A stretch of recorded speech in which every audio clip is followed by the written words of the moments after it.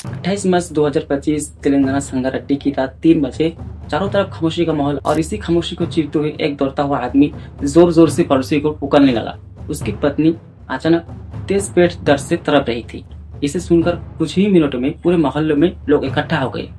रजिता यानी उसकी पत्नी जमीन पर गिड़गिड़ा रही थी, तड़प रही थी दर्द से।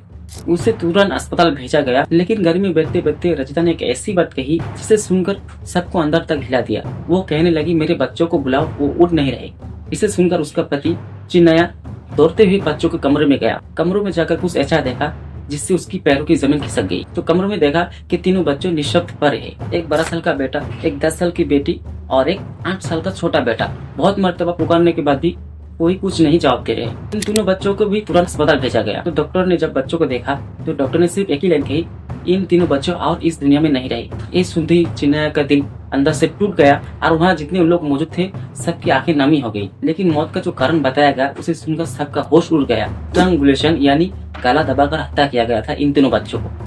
ये पूरी बात जब पुलिस तक पहुंचती है तो पुलिस पहले चिन्नया को शक करने लगती है, लेकिन चिन्नया का काम का टाइमिंग, सीसीटीवी फुटेज और पड़ोसी की गवाही से चिन्नया को बेगुनाह साबित कर दिया। पुलिस को समझ में नहीं आ रही थी इसके पीछे किसका हाथ है। इसी दौरान रचिता की एक रिपोर्ट आती है। रिपोर्ट में ना खाने में कोई जहर, ना खून में कोई टॉक्सिन, कुछ भी ऐसा मौजूद नहीं जो फूड पॉइजनिंग को साबित करे।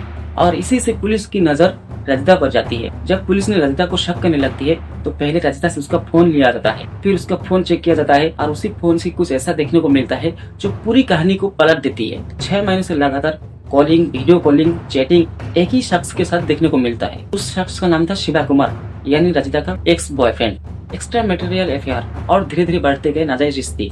पूछताछ में रजिता पहले कुछ बताने के लिए तैयार नहीं थी, फिर जब पुलिस ने जोर डाली तब जाके रजिता ने सच उगलने लगी। 12 साल पहले सिर्फ 18 साल की उम्र में रजिता को चिन्नया के साथ मजबूरी से शादी करना पड़ा। उस टाइम रजिता शिवा कुमार के साथ प्यार करती थी। रजिता के मन में कभी चिन्नया के लिए प्यार नहीं, ना उसको मन की शांति मिलती थी, ना उसको तान की शांति। दोनों तरफ से वो खारिज थी। और अब उसका एक्स बॉयफ्रेंड सामने आते ही रजिता का सबर टूट चुका था और यहीं से शुरू होने लगी एक्स्ट्रा मटेरियल अफेयर और धीरे धीरे बढ़ते गए नाजायज रिश्ते। रजिता शिवा कुमार के साथ शादी करनी चाहती थी, लेकिन शिवा कुमार उन तीनों बच्चों को अपनाने के लिए तैयार नहीं था।